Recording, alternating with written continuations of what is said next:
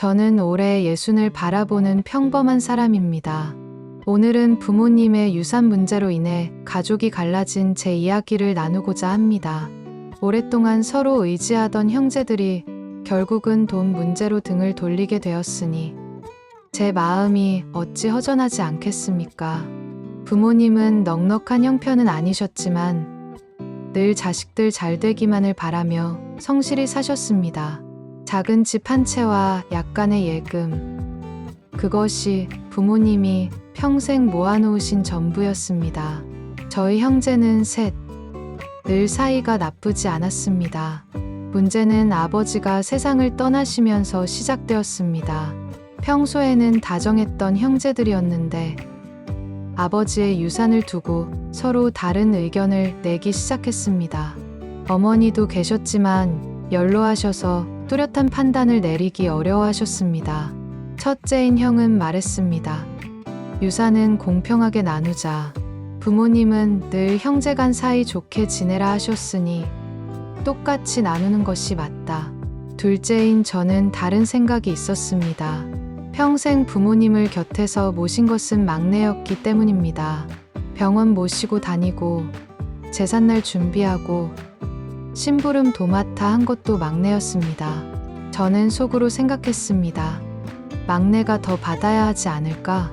막내 역시 입을 열었습니다. 형님들, 솔직히 말해서 부모님 곁에 없던 건 저예요.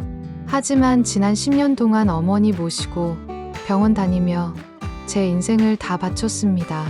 공평하게 나누자는 건 너무 억울합니다. 그 순간부터 말다툼은 심각해졌습니다.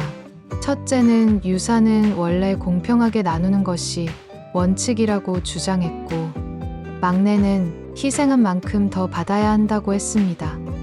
저는 양쪽 말을 들으며 갈등했습니다. 가족 회의는 점점 감정 싸움으로 번졌습니다. 너는 부모님이 편찮으실 때 어디 있었느냐 하는 말에 얼굴이 붉어졌고, 돈 앞에서 사람이 달라진다는 말이 오가며 결국 대화는 싸움이 되었습니다. 어머니는 흐느끼며 말씀하셨습니다. 내 재산으로 너희가 이렇게 싸우는 걸 보고 싶지 않다. 하지만 이미 형제들 마음에는 상처가 깊이 남아 있었습니다. 결국 법적으로 유산을 나누기로 했습니다. 하지만 형제들 마음의 골은 쉽게 메워지지 않았습니다. 법이 정한 공평이 과연 정의로운 것인지, 부모 곁을 지킨 효심이 더 큰 가치인지 우리는 답을 내리지 못했습니다. 이 과정에서 저는 깨달았습니다. 유산 문제는 단순히 돈 문제가 아니라는 것을요. 그것은 부모님과 자식 간의 관계, 형제들 사이의 정, 그리고 각자의 삶의 무게가 얽힌 문제였습니다. 저는 여전히 답을 내리지 못했습니다. 과연 부모님의 유산은 어떻게 나누는 것이 옳은 걸까요? 공평하게 나누는 것이 모두에게 공정한 걸까요? 아니면 평생 효도한 자식이 더 가져가는 것이 맞는 걸까요? 제 마음은 여전히 흔들립니다. 법의 잣대와 정서의 잣대가 서로 달랐기 때문입니다. 법적으로는 셋이 공평하게 나누는 게 맞습니다. 하지만 마음으로는 막내가 더 가져야 한다는 생각이 사라지지 않습니다. 시간이 흘렀지만 형제들 사이의 서먹함은 여전합니다. 예전에는 웃으며 만나던 명절이 이제는 서로 눈치만 보는 자리가 되었습니다. 부모님의 유산이 남긴 것은 돈이 아니라 마음의 골이었습니다. 저는 이 이야기를 꺼내는 것이 부끄럽기도 했습니다. 하지만 아마도 많은 가정에서 이런 문제를 겪고 있을 것입니다. 부모님의 마지막 남긴 재산이 가족을 이어주는 다리가 되기도 하고 갈라놓는 칼이 되기도 합니다. 이제 저는 이렇게 여러분께 묻고 싶습니다. 부모님의 유산, 여러분이라면 어떻게 나누는 게 옳다고 생각하시나요? 첫째는 여전히 법과 원칙을 강조했습니다. 그는 돈 문제로 감정 상하면 평생 회복하기 힘들다며 형제 사이를 지키려 했습니다. 하지만 막내는 법보다 마음이 더 중요하다며 목소리를 높였습니다. 그는 자신이 지난 세월 흘린 땀과 눈물을 생각하면 억울하다고 했습니다.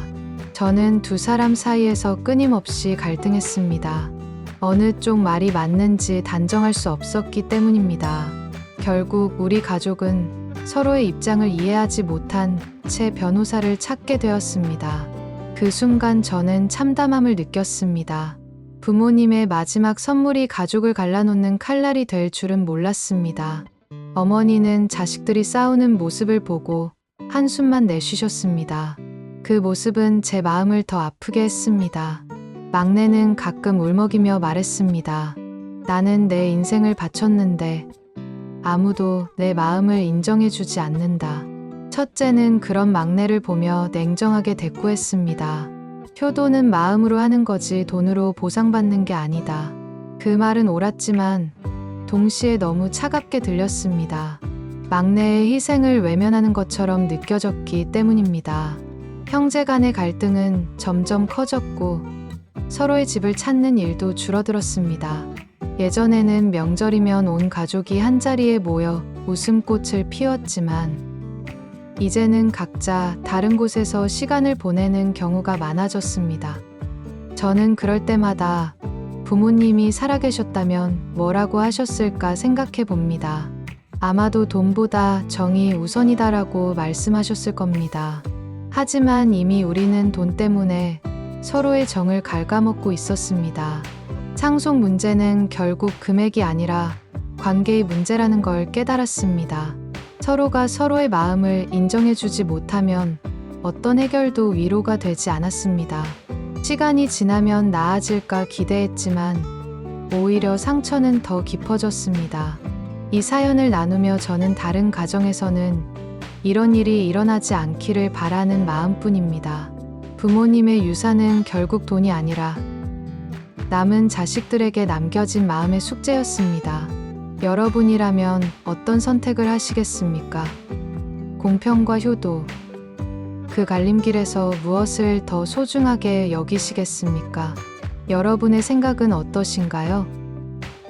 이 사연을 들으시면서 떠오르는 경험이나 마음이 있으시다면 댓글로 나눠주세요. 여러분의 구독과 좋아요, 댓글은 저에게 큰 힘이 됩니다. 마음극장은 여러분의 이야기를 소중하게 여깁니다.